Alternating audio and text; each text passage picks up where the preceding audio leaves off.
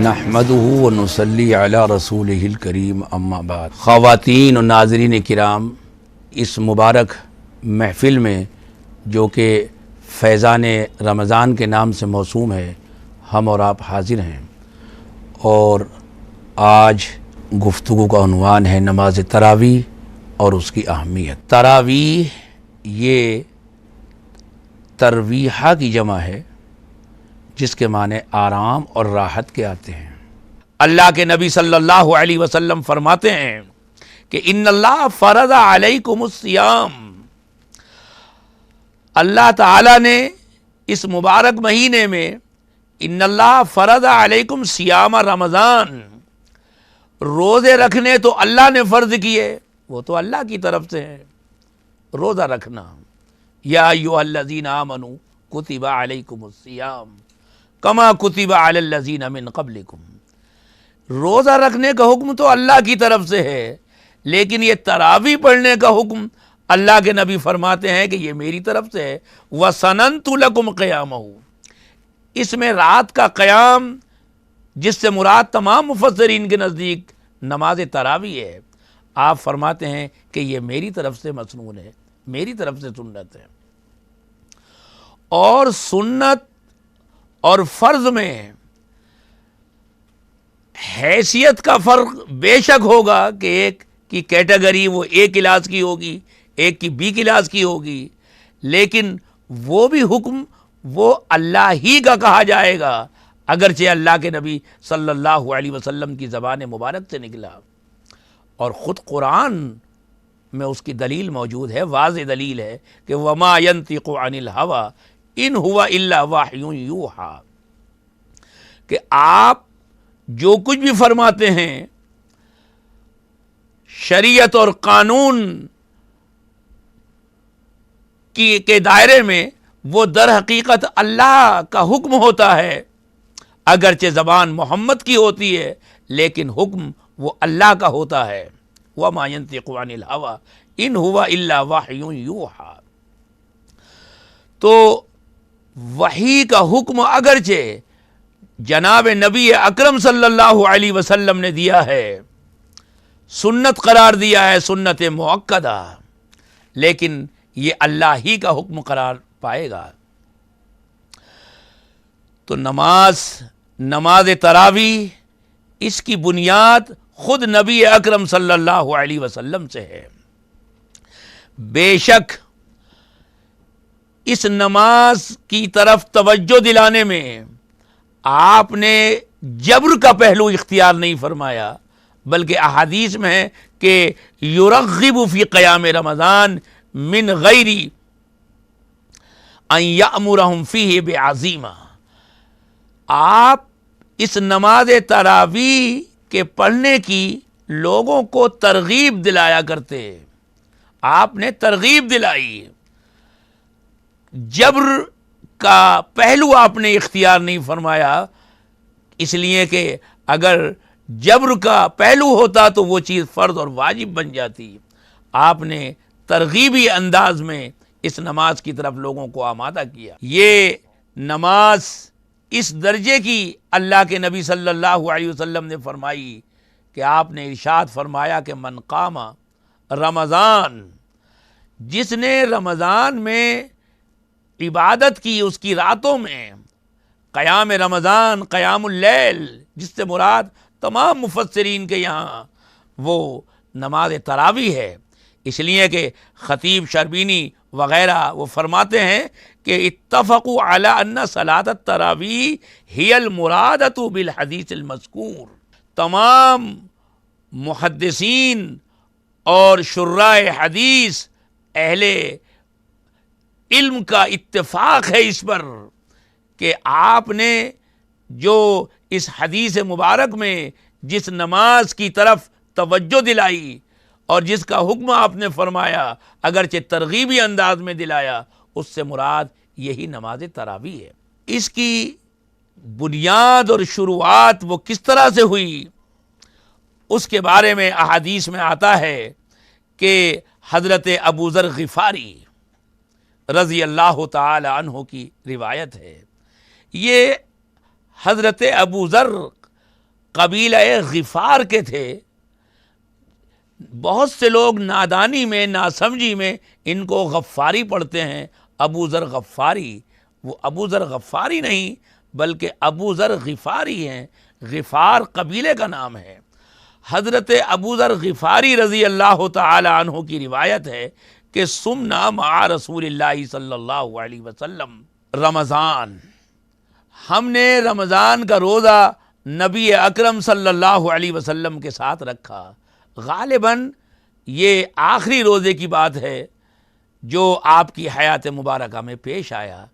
ناظرین، وقت ہو چلا ہے ایک مختصر سے وقفے کا. ہمیں اجازت دیجیے، ہم پھر حاضر ہوں گے ایک مختصر سے وقفے کے بعد.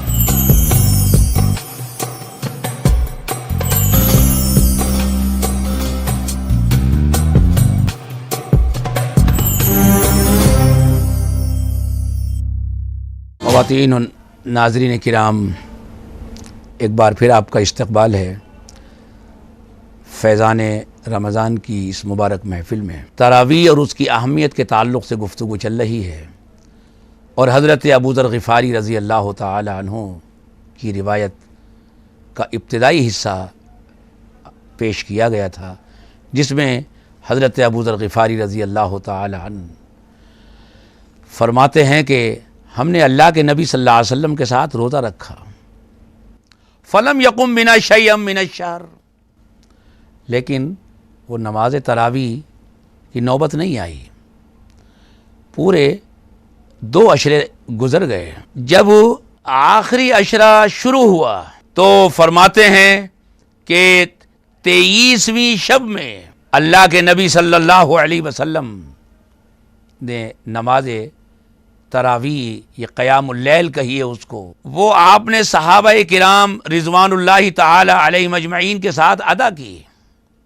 چونکہ پہلے سے کوئی اطلاع نہیں تھی، اس لیے مسجد میں جو لوگ موجود تھے صرف وہ حاضر رہے، اس نماز میں وہ شامل ہوئے. آپ نماز تراویح ادا فرماتے رہے، اور فرماتے ہیں کہ حتی ذہب ثلث اللیل، تقریباً 1/3 حصہ رات کا گزرا، تب جا کر آپ فارغ ہوئے. اگلے دن اس نماز کا چرچا ہوا کہ آپ نے نماز پڑھائی. لوگ اس اشتیاق میں بہت سارے اگلے دن گویا 24ویں شب میں مسجد کے اندر موجود رہے، لیکن آپ نے اس روز نماز تراویح ادا نہیں فرمائی. 25ویں شب میں گویا طاق رات، اس میں آپ نے پھر نماز ادا کی صحابہ کے ساتھ. اور چونکہ لوگوں کو پہلے سے اطلاع ہو گئی تھی، اس 23 تاریخ والی نماز کا علم تو تھا ہی، تو ایک کثیر تعداد یہ 25ویں شب میں شامل تھی. آپ نماز پڑھاتے رہے، قرآن پڑھتے رہے. آپ کا قرآن پڑھنا، اللہ کی تعریف، کس قدر ترتیل اور کیسی تجوید. آپ نماز پڑھا رہے ہیں اور حضرت ابو ذر غفاری فرماتے ہیں کہ حتی ذہب شطر اللیل، 23ویں شب میں ثلث اللیل کا لفظ ہے اور اس میں شطر اللیل کا لفظ ہے، یعنی رات آدھی، بلکہ آدھی سے بھی زیادہ گزر گئی. اس لیے کہ شطر کے معنی بالکل آدھے کے نہیں ہوتے، آدھی رات بلکہ اس سے بھی زیادہ گزر گئی، اور آپ نماز ادا فرما رہے ہیں قوم کے ساتھ، صحابہ کے ساتھ. اس نماز کا تذکرہ پھر اگلے دن ہوا تو اس شوق اور رغبت میں کہ اللہ کے نبی صلی اللہ علیہ وسلم کے پیچھے یہ نماز ادا کریں، لوگ 26ویں شب میں ایک بڑی تعداد میں شامل ہوئے. لیکن 26ویں میں آپ نے کوئی نماز ادا نہیں فرمائی. لوگ بھرپور موجود ہیں. 27ویں شب آئی. حضرت ابو ذر غفاری فرماتے ہیں کہ جب 27ویں شب آئی تو آپ نے اپنے گھر والوں کو، بیوی تمام آپ کی جو ازواج مطہرات تھیں جو اس وقت آپ کی حیات مبارکہ میں موجود تھیں، ان سب کو آپ نے لیا، ترغیب دلائی، توجہ دلائی، اور اہتمام کے ساتھ آپ سب کو مسجد میں لے کر آئے۔ فرماتے ہیں کہ فلما كانت الثالثة جمع اهله ونساءه والناس، تمام لوگ کھچا کھچ بھرے ہوئے ہیں، تل دھرنے کو جگہ نہیں ہے۔ آپ کی ازواج مطہرات موجود ہیں جہاں عورتیں کھڑی ہوتی تھیں، سب لوگ موجود ہیں۔ اہتمام فرمایا آپ نے اس 27ویں شب میں، اور فقامہ بنا، آپ نے نماز ادا فرمائی۔ یہ نماز طوالت میں اتنی لمبی ہو گئی کہ فرماتے ہیں حتی خشین ان یفوتنا الفلاح، آپ اتنی دیر تک نماز پڑھاتے رہے، یہ نماز تراویح، کہ کیا ایک تہائی، کیا آدھی رات، ہمیں یہ ڈر لگنے لگا کہ کہیں سحری بھی ہماری نہ نکل جائے۔ حتی خشینا ان یفوتنا الفلاح، کہیں فلاح نہ نکل جائے۔ ان کے شاگرد کہتے ہیں کہ حضرت یہ فلاح کیا چیز؟ وہ کہتے ہیں کہ فلاح ہم لوگ سحری کو کہتے تھے کہ کہیں ہماری سحری نہ نکل جائے۔ آپ اتنی دیر تک نماز ادا فرماتے رہے، نماز ادا کرتے رہے۔ یہ 27ویں شب کی نماز تھی، یہ تیسری مرتبہ آپ نے نماز ادا کی ہے، نماز تراویح۔ اس کو چاہے آپ قیام اللیل کہیے، نماز تراویح کہیے، اصطلاحی زبان میں 3 دن آپ نے یہ ادا فرمائی۔ چوتھی رات ثابت نہیں ہے، 3 راتوں میں آپ نے یہ نماز ادا فرمائی ہے۔ اگلے دن اور زیادہ لوگ جمع ہوئے، لیکن آپ اپنے حجرہ مقدسہ ہی میں قیام پذیر رہے۔ لوگوں نے یہ سمجھ کر کہ شاید آپ کو کہیں نیند نہ آ گئی ہو اور آپ کی آنکھ لگ گئی ہو، بعض حضرات نے مٹھارنا، کھنکارنا شروع کیا، آواز نکالنا شروع کیا کہ شاید آپ سو رہے ہوں، آنکھ لگ گئی ہو تو آپ ہماری آواز سے اٹھ جائیں اور تشریف لے آئیں۔ لیکن آپ رات بھر اپنے حجرہ مقدسہ میں آپ آرام فرماتے رہے، اور دن میں پھر آپ نے یہ فرمایا کہ مجھے معلوم تھا کہ آپ لوگ کا جو شوق اور جو جذبہ تھا میں اس کی قدر کرتا ہوں، مجھے معلوم تھا کہ آپ لوگ حاضر ہیں، موجود ہیں، لیکن میں اس لیے نہیں آیا، مجھے یہ ڈر محسوس ہوا کہ کہیں یہ نماز فرض نہ قرار دی جائے اور پھر اس کا ادا کرنا بعض لوگوں کو دشوار ہو جائے۔ یہ نماز تراویح اگرچہ اصطلاح میں اور شریعت کی دفعات میں یہ سنت کے درجے میں ہے، سنت مؤکدہ، لیکن جیسا کہ عرض کیا گیا کہ اس کا مقام اور اس کی حیثیت اور اس کا مرتبہ وہ شعائر اسلام میں داخل ہے۔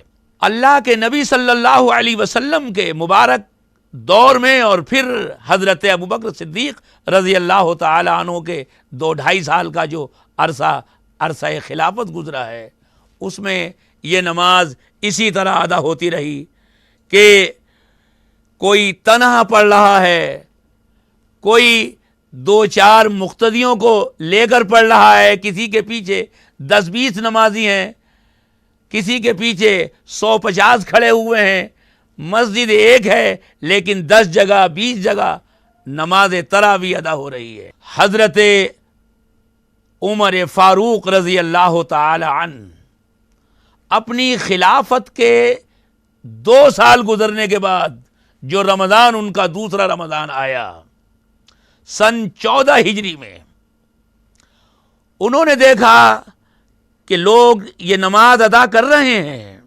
نماز جو شریعت کو مطلوب ہے، جو اللہ کے نبی صلی اللہ علیہ وسلم نے مسنون ہونے کا، سنت کا، جس کا آپ نے حکم فرمایا، لیکن یہ کسی نظم اور اہتمام کے بغیر ہے۔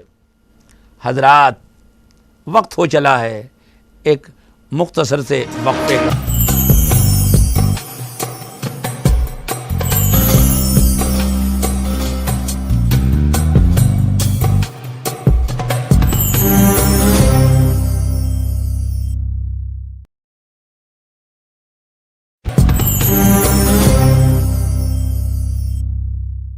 خواتین و ناظرین کرام، فیضان رمضان میں پھر آپ کا استقبال ہے اور گفتگو چل رہی ہے تراویح اور اس کی اہمیت پر۔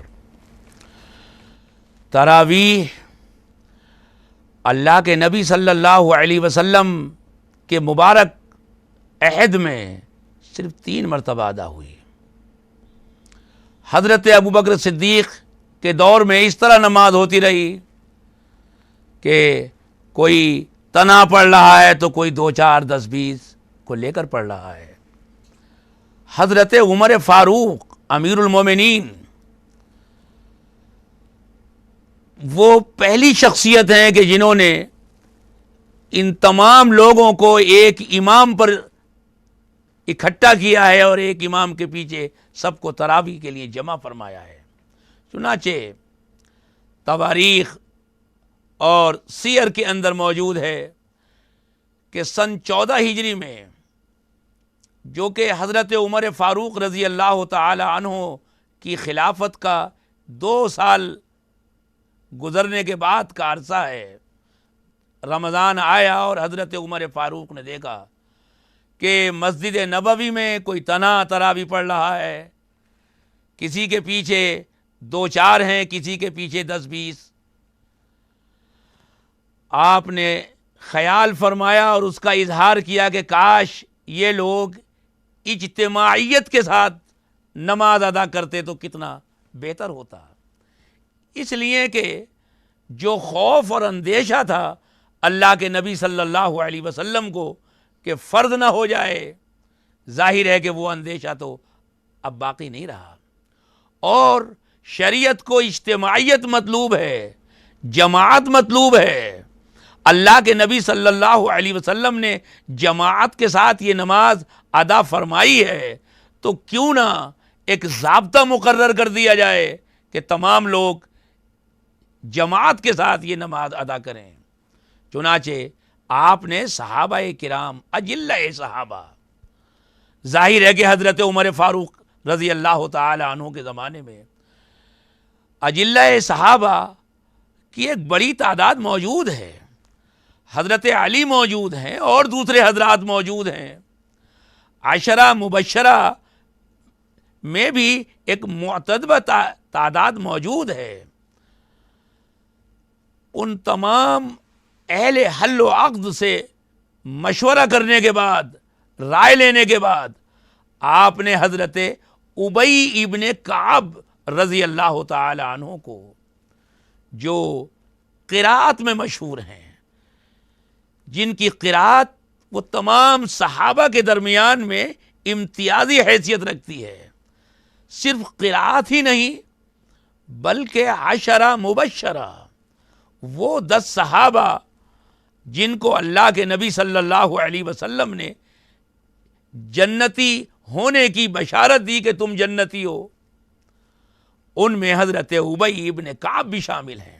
ان کے پیچھے حضرت عمر فاروق رضی اللہ تعالی عنہ نے تمام صحابہ کو جمع فرما دیا، اور تمام کے تمام صحابہ نے ان کے پیچھے 20 رکعت نماز تراویح ادا فرمائی۔ حضرت عمر فاروق ان شخصیات میں شامل ہیں کہ اپنے تو اپنے غیر بھی ان کے مرتبے اور مقام کے معترف ہیں۔ حضرت عمر فاروق وہ ہیں جن کے بارے میں اللہ کے نبی نے فرمایا کہ حق عمر کی زبان پر چلتا ہے۔ حضرت عمر وہ ہیں کہ جن کے بارے میں آپ نے فرمایا کہ میرے بعد اگر کوئی نبی ہوتا تو عمر کی شان تھی۔ پھر ایک عمر ہی نہیں، تمام کے تمام صحابہ اس عمل پر راضی ہیں۔ العیاذ باللہ ثم العیاذ باللہ، اگر یہ عمل خلاف حق ہوتا، خلاف شرع ہوتا، تو اس خیر کے معاشرے میں، اس مجمع خیر میں بڑی بڑی شخصیتیں تو کجا، عام اور معمولی آدمی بھی یہ جرأت رکھتے تھے کہ عمر فاروق کو تلوار سے سیدھا کر دیں۔ جمعے کا دن ہے اور عمر فاروق فرماتے ہیں کہ اگر میں راہ حق سے منحرف ہو جاؤں تو کیا تم میرا اقتدا کرو گے؟ ایک بدوی کونے میں کھڑے ہو کر یہ اعلان کرتا ہے کہ لَنُقِیمَنَّکَ بِهَذَا السَّیف، عمر تجھ کو تلوار سے سیدھا کر دیں گے۔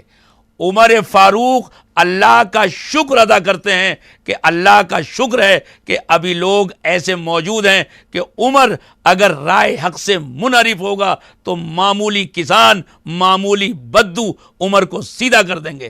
حضرت عمر فاروق رضی اللہ تعالی عنہ کا یہ عمل اگر خلاف شرع ہوتا تو تمام کی تمام آوازیں ان کے خلاف ہوتی اور کوئی ایک بچہ بھی ان کے موافق نظر نہیں آتا۔ با جماعت تراویح کے حق ہونے کی یہ بھی دلیل ہے کہ حضرت عمر فاروق سے آج تک یہ تمام عمل مشرق و مغرب اور شمال و جنوب چار دانگ عالم میں برابر اسی انداز میں ہوتا چلا آ رہا ہے۔ اللہ تعالی ہمیشہ تا قیامت اس کی حفاظت فرمائے اور اس کی عظمت اور دوبالا فرمائے۔ آمین۔ وآخر دعوانا ان الحمدللہ رب العالمین۔